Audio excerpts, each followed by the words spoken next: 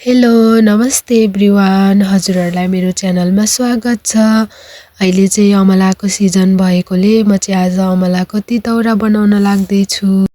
तितौराको लागि सुरुमा मैले अमलालाई मजाले पखाले, त्यसपछि एउटा ठुलो भाँडामा पानी बसाले। आवश्यक सम्पूर्ण मसलाहरू तयार पारे। यता पानी पनि भकभकी उम्लिन थालिसक्यो। त्यसपछि उम्लिएको पानीमा अघि मजाले पखालेर राखेको अमलालाई लगाइदिने। अब चाहिँ अमलालाई राम्रोसँग पाक्नको लागि छोडिदिने। यो चाहिँ हल्का हल्का फुट्न थालेको हुनुपर्छ अनि चाहिँ तयार हुन्छ। अमला चाहिँ अलि गाढा रङको हुन थालिसकेको छ, पानी पनि एकदमै तातो भएकोले। अब अमलालाई उम्लिन छोडिदिएर म चाहिँ लागे मसला बनाउनतर्फ।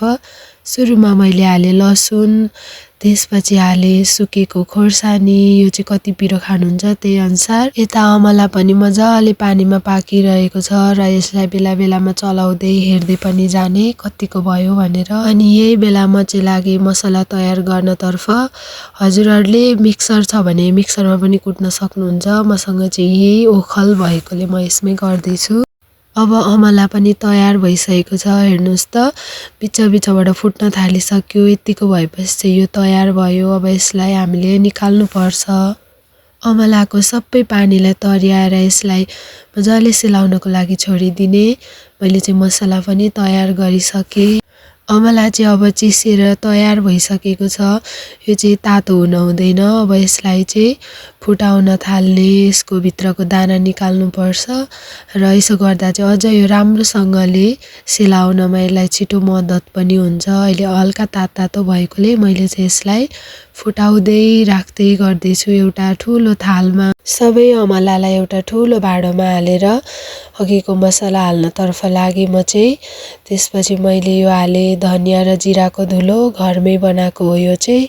त्यसपछि हामीले अब यसमा स्वाद अनुसारको नुन प्रयोग गर्न सक्छौँ। कति खाइन्छ त्यही अनुसार लगाउनुपर्छ र यसलाई चाहिँ अब मजाले मुछ्ने, राम्रोसँग मिच्ने। अब यसलाई ठुलो भाँडोमा चाहिँ मस्यौरा जस्तै गरेर सानो सानो डल्ला बनाउने, जुन चाहिँ पछि खानको लागि एकदमै मिठो हुन्छ। मैले चाहिँ लगभग सबै तितौरालाई डल्ला बनाएर तयार पारिसकेको छु। अब यसलाई चाहिँ घाममा सुकाउनु पर्छ र घाममा चाहिँ हामीले 7 दिन जति सुकायो भने चाहिँ यो तयार हुन्छ र मैले यसलाई घाममा पनि सुकाइदिइसकेँ। मेरो चाहिँ यति भएको छ तितौरा र यो चाहिँ अब पछि अमलाको अफ सिजनमा चाहिँ एकदमै मिठो हुन्छ खानको लागि। हजुरहरूले पनि घरमै यसरी तितौरा बनाएर राखेर खान सक्नुहुनेछ। Thank you so much everyone for watching my video. अब यस्तै अरू पनि रेसिपीहरू लिएर आउनेछु। त्यतिन्जेलको लागि सबैजना जोडिनु होला।